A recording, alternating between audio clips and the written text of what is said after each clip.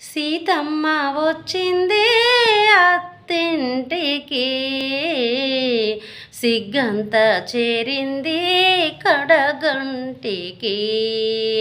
రామయ్య నీడలో ఏమున్నదో, అందుకే రానంది ఆయమ్మ పుట్టింటికి.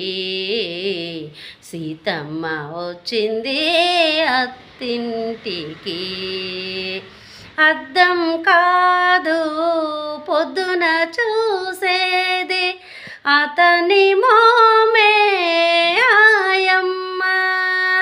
కలలోనైనా కౌగిలి వీడిన కలవరపడుతుంది ఆ బొమ్మ.